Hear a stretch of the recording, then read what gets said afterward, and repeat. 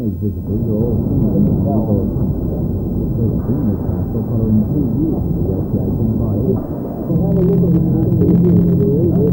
Detailed talks and briefings on consulting engineering, civil projects and finance.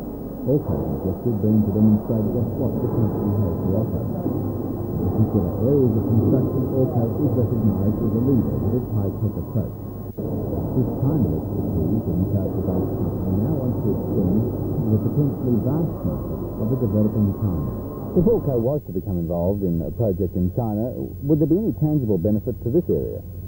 We see Newcastle as the base for a large amount of expertise, and that expertise obviously would bring benefits to this particular area.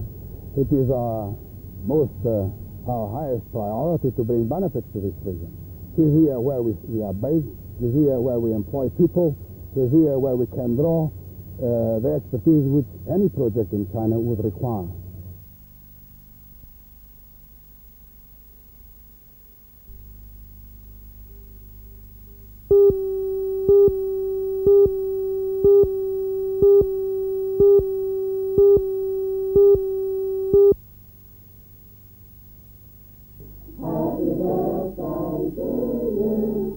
Today, Mrs. Emma Jane Smith of Lochinvar is celebrating her 105th birthday.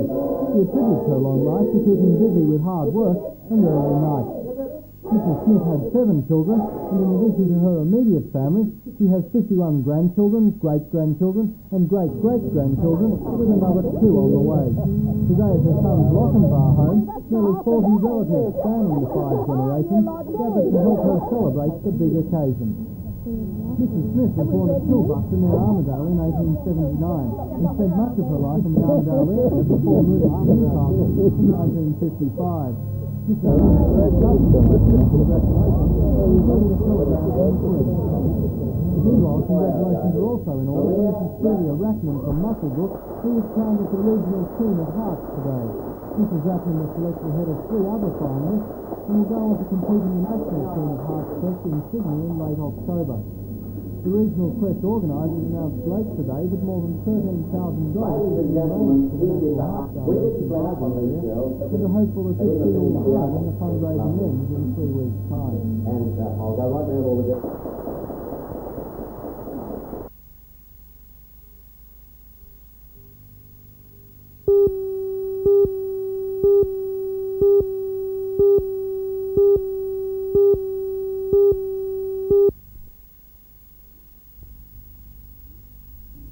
The team consisted of Captain Cousins, head of the team who won the suit, Corporal Neil Parker, who picked up 6 prizes, Staff Sergeant Weather, Captain Coppock and Major Keane.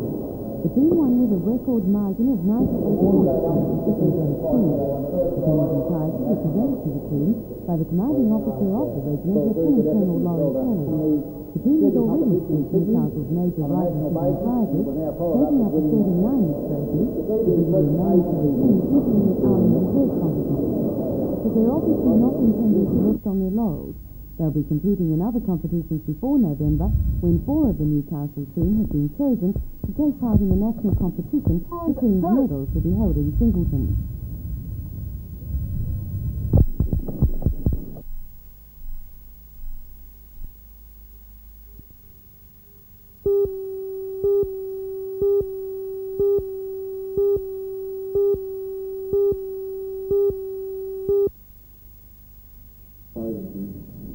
Alderman Geddy says Newcastle has been waiting some 30 years to be able to pass to link Stewart Avenue with the port of Newcastle and thereby stopping the flow of heavy traffic through the central business district.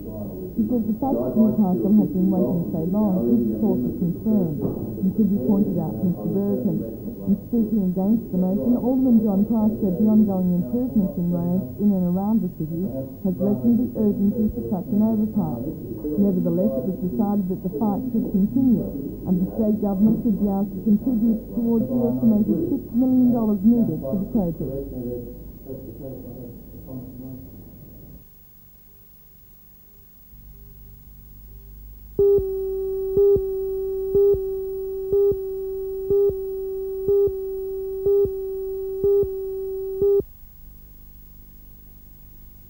Waratah High School's 18-year-old Year 12 student Anne Marshall won 2 bronze medals in tumbling at the recent World Championships in Osaka, Japan.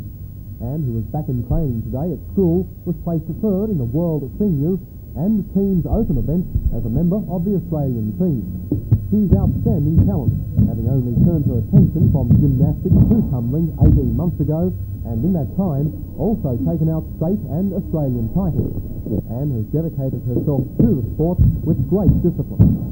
Well, I find it very demanding. I've had to give up a lot of friends, a lot of parties and schoolwork. How many hours a week would you put into it? 12 usually, but if something big's coming up, I might put in 15. Do you find that perhaps the tumbling is overshadowed a little bit by the glamour of Olympic gymnastics? Yeah, it is. Not many people know what tumbling is, but it doesn't worry me. And is the competition in tumbling in Australia here pretty stiff? When I started last year, it wasn't so stiff, but this year a lot more people are doing it, and it's going to become a big sport, I think, eventually. Do you intend staying with it? Yeah. Yeah, I want to, in 1986, they're having World Championships in Paris, and that's my aim.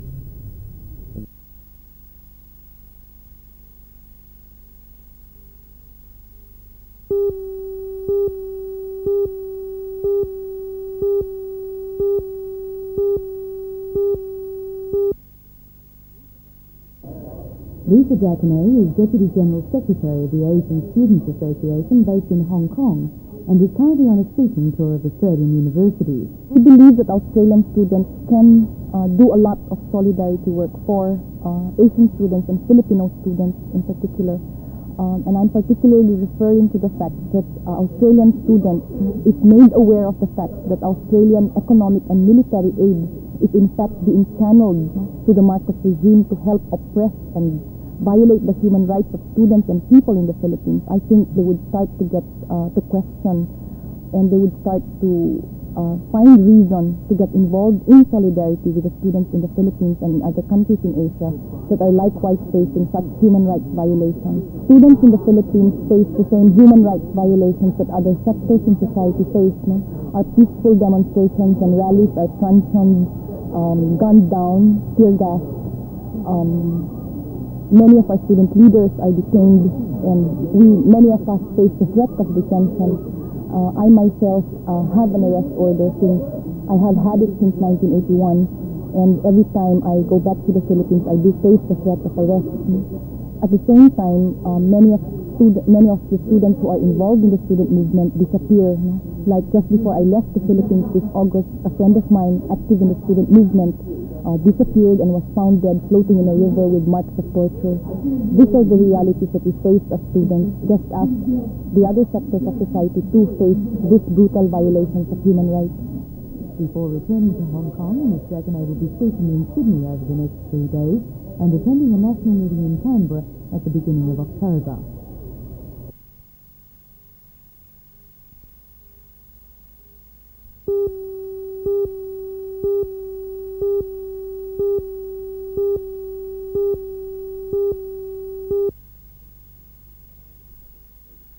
I know that we have the support of the community, and the support of the community will not wane as a result of what these irresponsible people are in fact doing.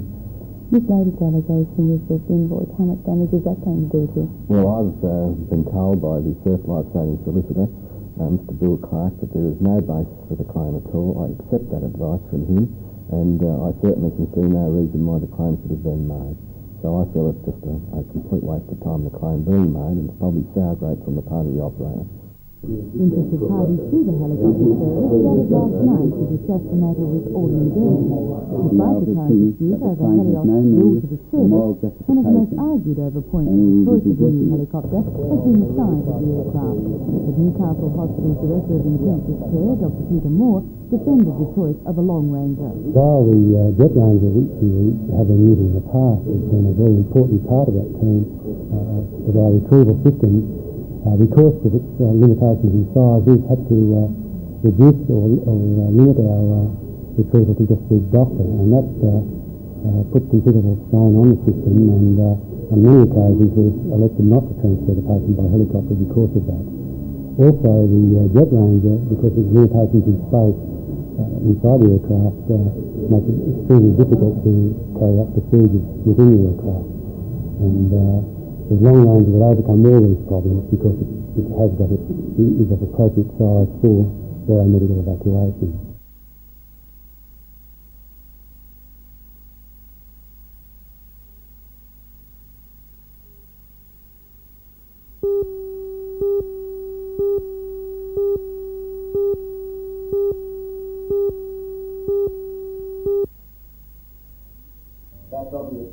Members of the Public Service Association and affiliated unions have been dissuaded from taking immediate industrial action over the government's move on the superannuation issue. But at the meeting last night, tempers were running hot, as members were told that for the last 4 years, the New South Wales government has dangled an amendment package in front of union noses.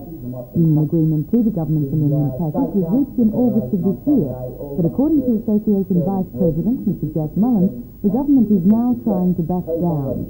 And we've been led to believe by the government that if the unions agreed about the package, they would introduce those amendments to the State Superannuation Act. But on the 7th of September, the Premier said that he would not introduce those amendments. How far are your members prepared to go on this issue? They're prepared to go to industrial action. In fact, there was a proposition to the meeting held at the Cajun Labour Council last week that we go out on a 48-hour strike, we go out on an extended strike. But the PSA argued against that because our view is you've got to have an educational program first so people understand the issues and that we give a warning to the government first off by way of a rally, and if the government is not prepared to negotiate properly with the unions on the possible introduction of the amendments to State Super Act, the way we've been discussing it for the last 4 years, well then there will be industrial action. However, Industrial Relations Minister Mr Pat Hills has asked the Labour Council to arrange for the unions to meet him later today. Union officials said last night, however, that it is unclear what is to be discussed at the meeting.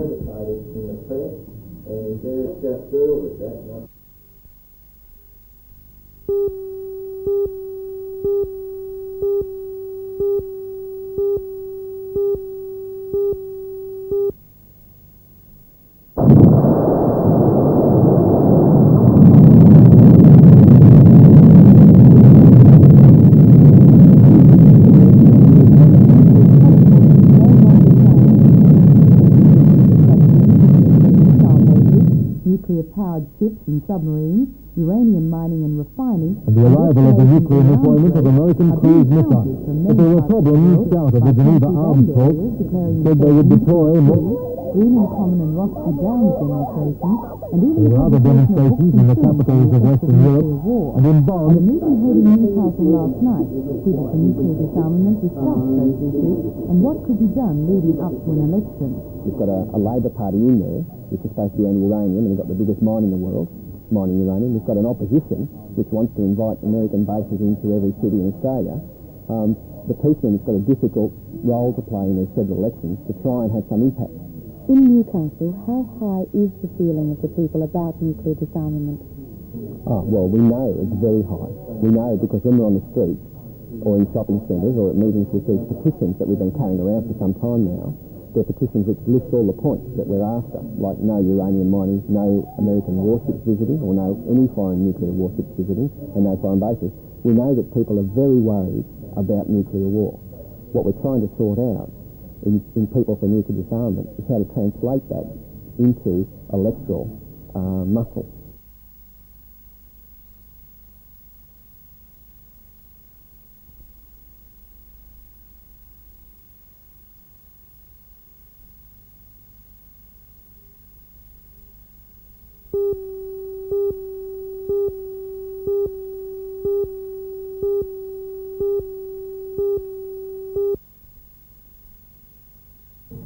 These people are all completely or partially deaf, and for them the world is often a confusing and frightening place.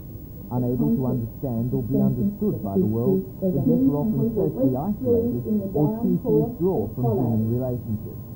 the Hamilton branch of Better Hearing Australia is teaching them poetry, a tremendously difficult skill which not only increases their comprehension, but gives the deaf new confidence.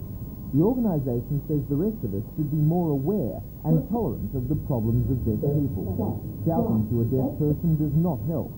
It only distorts the sound and the shape of your mouth, making it harder to lip read. The average Australian should speak more slowly and clearly. And that message is carried on this hearing help card for the deaf, which was launched this week. They're going to make the people more confident. People are going to be aware of their deafness if they come into a situation. They're very shy about being deaf, and if they come into a situation such as a hospital or an accident, they have a card on them that immediately identifies, if you look at it, tells you that they need help and they can't hear, and perhaps they need some writing or some signing, or maybe somebody can help them out with interpreting.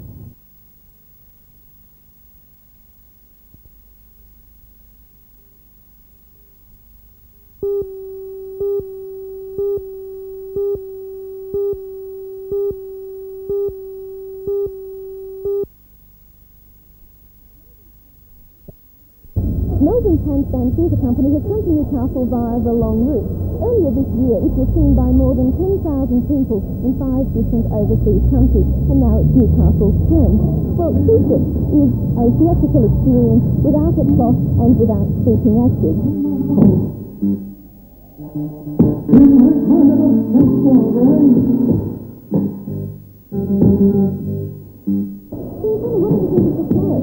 Brilliant. And do you think that it's going to have any meaning for audiences? This is a member of the audience will find it very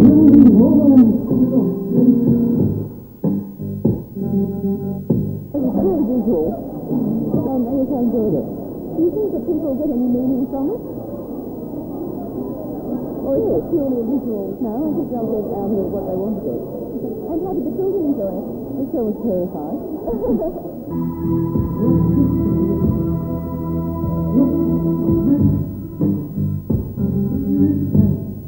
I thought the show was stunning. It was really amazing.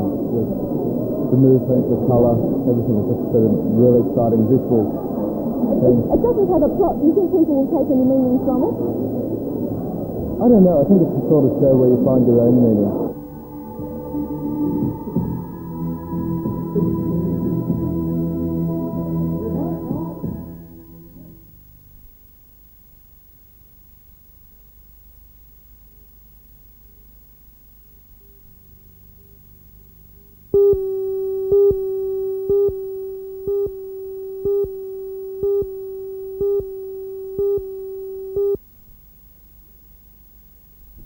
Lend-Lease signed on the dotted line for the property only yesterday afternoon, and after months of speculation about the future of the land, the company's executives were keen to reveal their plans.